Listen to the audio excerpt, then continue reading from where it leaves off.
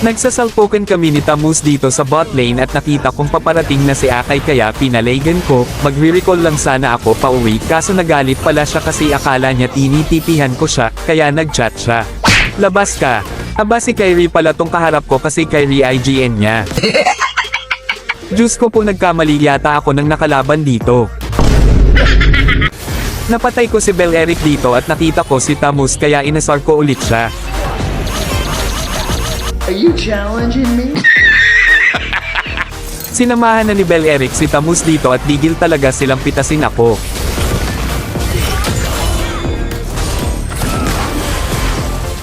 Nakita kong paparating na si Ling dito sa bot lane kaya pumalag na ako at napites silang dalawa ni Ling, at nag-recall ako pauwi bigla ba naman nag-chat si Tamus. Takot.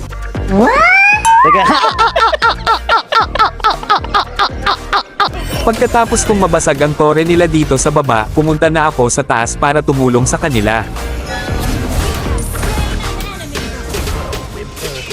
Nag-flicker pa talaga si Villiers dito kaya namatay ako yawa. Putang ina, nakakasama ng loob. Nakita kong nagso-solo si Tamus dito kaya ayon patay ang bamboang. Sorry.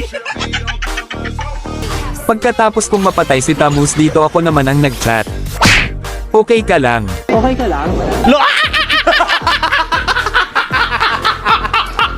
Nagkakagulo ang mga pangit dito sa may bot lane kaya matik makikisali tayo kahit di tayo invited.